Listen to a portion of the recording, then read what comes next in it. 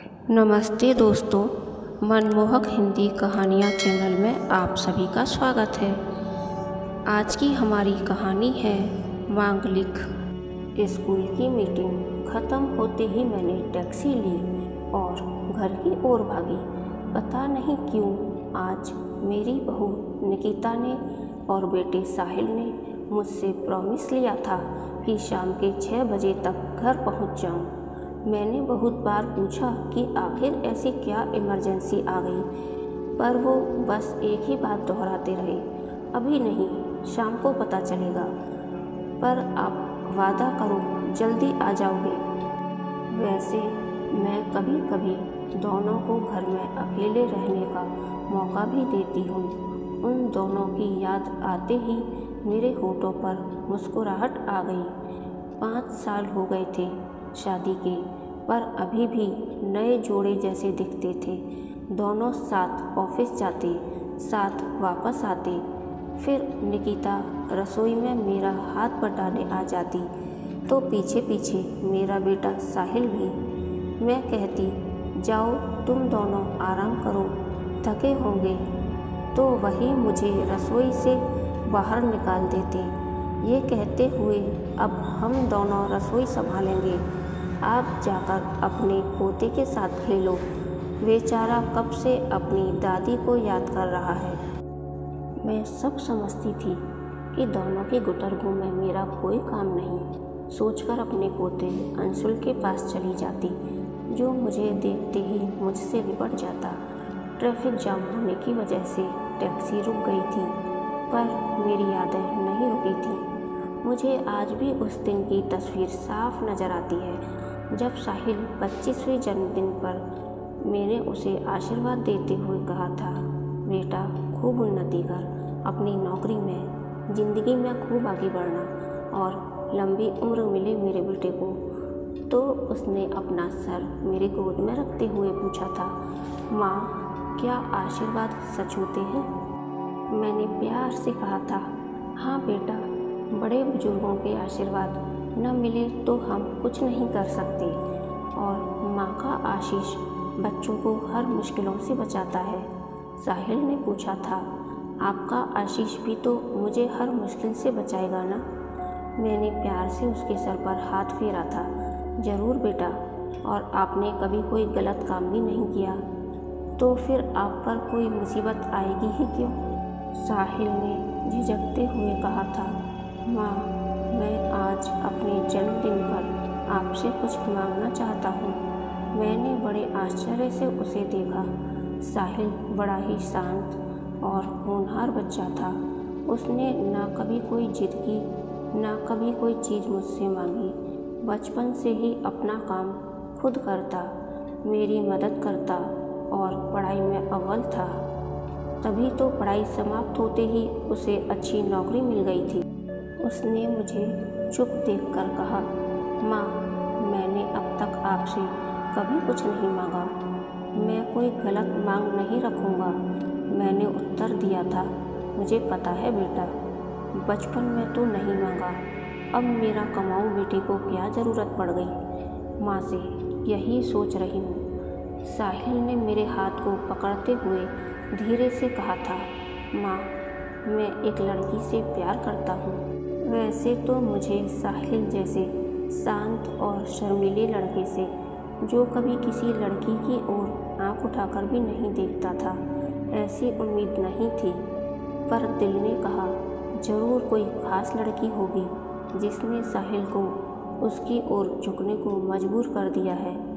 पर शायद और आगे बढ़ने से पहले मेरे बेटे को मेरी इजाज़त चाहिए थी, इसलिए मैंने मुस्कुराकर जवाब दिया, चल अच्छा हुआ तूने खुद अपने पसंद की लड़की चुनकर मेरी टेंशन कम कर दी। पर साहिल इसके जवाब में चुप रहा। उसके माथे पर उभरी सलवटें साफ बता रही थीं कि कुछ खास समस्या ज़रूर है। मैं ये सोचकर काँप गई कि कहीं कोई बड़ी प्रॉब्लम ना हो जिससे मेरा बेटा इतना चिंतित है। मैंने उसके हाथों को सहलाते हुए धीरे से पूछा, क्या बात है साहिल? पर उसने जवाब में एक बार मेरी ओर देखा और अपनी नाखून कुतरने लगा। इसका मतलब था कोई गंभीर समस्या है। मैंने चिंतित होकर पूछा, तो क्या वो हमारे खानदान से नहीं है? साहिल ने तुरंत जवाब दिया, नहीं माँ, वो हमारे खानदान की है। बहुत खूबसूरत और होशियार है। कल ही उसका रिजल्ट आया है, फर्स्ट क्लास मिला है बीए में। मैंने आश्वस्त होकर कहा, तो फिर क्या दिक्कत है? उनके घर वाले नहीं मान रहे हैं। मुझे ले चल उनके घर। तू इतनी अच्छी नौकरी करता है, वो क्यों नहीं मानेंगे? साहिल ने सर हिलाते हुए कहा, नहीं माँ, उसके घर वालों को तो पता भी नहीं। मुझे अब उसकी ये बातों का आँख मिचौली करना अच्छा नहीं लग रहा था। मैंने अपना धीरज खोते हुए कहा, देख बेटा, मेरी जान मत सुखा, सीधी तरह बता क्या बात है। क्या वो लड़की तुझे पसंद नहीं करती? साहिल ने तुरंत जवाब दिया, नहीं माँ, हम एक दूसरे से बहुत प्यार करते हैं। और कहते ही शर्म से अपनी गर्दन झुका ली। अब मैं थोड़ी झुंझलाकर बोल पड़ी, ये नहीं, वो नहीं, बेटा पहेलियाँ मत बुझा, साफ साफ कह क्या प्रॉब्लम है। साहिल ने मेरी तरफ देखते हुए कहा, माँ, वो मांगलिक है। मैं चुप थी। वो मांगलिक है पर साहिल नहीं, और मांगलिक किसी और से शादी नहीं कर सकते, वरना उसके जीवन साथी के प्राणों का संशय हो सकता है। पर साहिल उससे प्यार करता था और इन बातों को बिल्कुल नहीं मानता। और मेरी बात कहूँ तो मुझे खुद पता नहीं मैं इसे मानती हूँ या नहीं, क्योंकि ऐसे हालात कभी बने ही नहीं जो मुझे इस विषय पर सोचने पर मजबूर करें। साहिल मुझे चुप देखकर घबराया हुआ कह रहा था, माँ, मैं जानता हूँ आप ये सब बातें नहीं मानती। मैं निकिता के बिना जी नहीं सकता माँ, प्लीज़ माँ। मैंने अपनी चुप्पी तोड़ी, लेकिन मैं इसमें क्या कर सकती हूँ? बस माँ, आप निकिता और उसके घर वालों को बताना मैं भी मांगलिक हूँ। मैंने पंडित जी से बात कर ली है, वो मेरी जन्म कुंडली बदल देंगे। क्या निकिता को पता है कि तुम मांगलिक नहीं है? नहीं माँ, अगर उसे पता चल जाए तो वो मुझसे शादी करे ही नहीं। उसी ने कहा है माँ कि अपनी जन्म कुंडली पता कराओ। अगर तुम मांगलिक नहीं हुए तो मैं तुमसे शादी नहीं करूँगी, क्योंकि मैं तुम्हारा बुरा कभी नहीं सोच सकती। लेकिन बेटा, वो तो तुझसे प्यार करती है ना? हाँ माँ, इसीलिए तो मेरा कुछ अमंगल हो नहीं चाहती। और आप तो ये सब बातें नहीं मानती ना माँ? उसकी आंखों में आशा की झलक थी कि मैं उसके हाँ में हाँ कहूँगी, पर मैं बुरी तरह संशय के बादल में घिर चुकी थी। हाँ, मैं शायद नहीं मानती, पर ये तो मेरे इकलौते बेटे की ज़िंदगी का सवाल था। मैं कैसे उसे दांव पर लगा सकती थी? मैंने बड़ी मुश्किल से कहा, बेटे, ये तो हमारे संस्कार हैं। साहिल ने मेरी बात बीच में ही काट दी। नहीं माँ, ये हमारे संस्कार नहीं, ये तो कुसंस्कार है, अंधविश्वास है।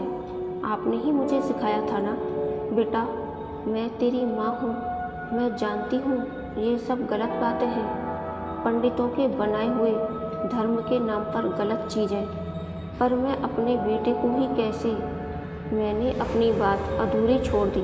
पर माँ, आप ही तो कहती हैं ना कि समाज के बनाए गलत नियमों को, रीति रिवाज को तोड़ने की शुरुआत खुद से ही करनी पड़ती है। आपने ही मुझे सरोजनी नायडू की कहानी सुनाई थी ना, कि कैसे वो जाति प्रथा को गलत साबित करने के लिए खुद ब्राह्मण होते हुए भी उस समय नीची जाति मानी जाने वाली नायडू से शादी की थी।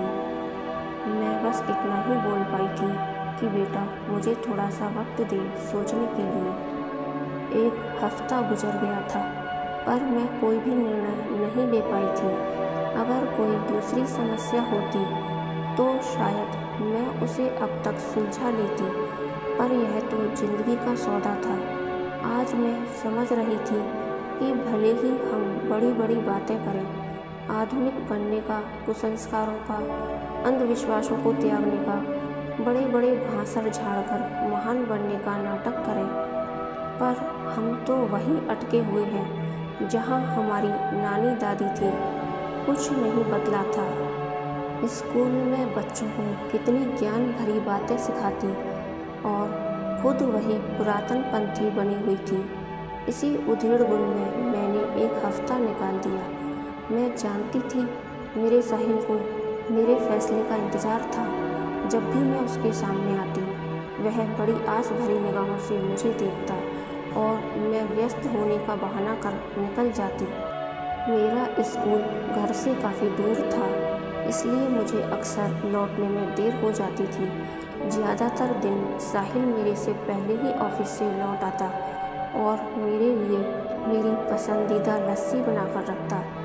एक दिन जब मैं स्कूल से वापस आई तो घर में एक नए मेहमान को पाया। साहिल ने उसके साथ मेरा परिचय कराते हुए कहा, माँ, ये निकिता है। उस प्यारी सी लड़की ने झट से मेरे पाँव छू लिए और बड़ी ही मीठी आवाज़ में बोली, आंटी आप बैठो, मैं आपके लिए लस्सी लाती हूँ। मैं अवाक सी उसे देख रही थी। मुझे गर्व हुआ अपने बेटे की पसंद पर। कितनी खूबसूरत, कितनी सभ्य, कितनी प्यारी। मेरे बेटे को यह परी कहाँ मिल गई। मैं अपनी भावनाओं में खोई हुई थी। तभी उसकी आवाज़ सुनाई दी, आंटी आपको भूख लगी होगी, मैंने आपके लिए उपमा बनाया है, आप पहले खा लें, तब तक मैं आपके लिए लस्सी बनाती हूँ। लग रहा था मैं उस घर में मेहमान हूँ और वो मेज़बान। मैंने चुपचाप उपमा खाया और फिर स्वादिष्ट लस्सी ली।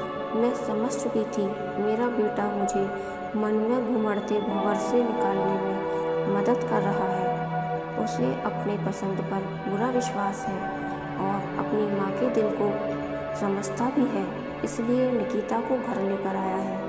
हम तीनों ने कई घंटे साथ बिताए। उसके बाद मुझे निर्णय लेने में एक क्षण भी नहीं लगी। मेरे बेटे ने जो हीरा चुना था, मैं उसे यूं ही नहीं खो सकती थी। मैंने देखा वो घर जाने की आज्ञा मांग रही थी।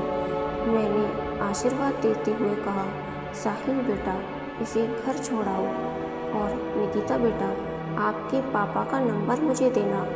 मुझे अब आपके हाथों की लस्सी और उपमा रोज़ चाहिए। ड्राइवर की बातों से मैं अपने ख्यालों से लौट आई। दीदी जी आपका घर आ गया।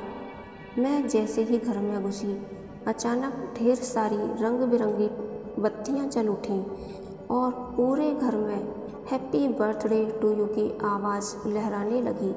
मैंने देखा साहिल, निकिता और उनके सारे दोस्त मौजूद थे। अभी याद आया आज मेरा जन्मदिन था। मैं अवाक सी देख रही थी। सारे घर को उन्होंने कितनी खूबसूरती से सजाया था। निकिता आगे आकर मेरा हाथ पकड़ते हुए बोली, जन्मदिन मुबारक हो मम्मी जी। पार्टी खत्म हो चुकी थी। मैं तो जैसे एक सपने के दौर से गुजर रही थी। एक सुंदर सुहाना सा सपना। कभी सोचा ही नहीं था मैं भी किसी के लिए इतना महत्व रखती हूँ। कोई मेरा भी जन्मदिन याद रखेगा। साहिल ने बताया ये सारे इंतजाम निक्की ने ही किए हैं। मैं दिल में तो बहुत खुश थी, पर झूठ मूठ निक्की को डांटते हुए कहा था, क्या ज़रूरत थी इतने मेहमान करने की। निक्की ने प्यार से मेरे गले में अपनी बाहें डालते हुए कहा, मेरी प्यारी माँ, मैं आपके लिए कुछ भी कर सकती हूँ। आपने मुझे जो उपहार दिया है उसका तो मैं कभी भी मोल नहीं चुका सकती। बस आपके इस शुभ दिन पर मेरी तरफ से आपको ये छोटा सा उपहार। मैंने देखा उसके हाथ में मेरी पसंद की रिस्ट वॉच थी, जिसे खरीदने का जिक्र मैं कई दिनों से कर रही थी, पर समयाभाव के कारण नहीं हो रहा था। उसने मेरे हाथों में घड़ी पहनाकर मेरे पैर छू लिए और भर्राए स्वर में बोली, मम्मी जी बस यही आशीर्वाद देना, हम सब यूँ ही हर घड़ी साथ रहें। मैंने उसे गले से लगा लिया और दिल में बस यही ख्याल आया, जिसके शुभ कदम घर में मंगल ही मंगल करें, वो क्या मांगलिक हो सकती है। शायद हमें मांगलिक का सही अर्थ पता ही नहीं है। इस कहानी में आपका अंत तक बने रहने के लिए धन्यवाद। मेरी कहानी आपको कैसी लगी प्लीज़ कमेंट करके ज़रूर बताएं।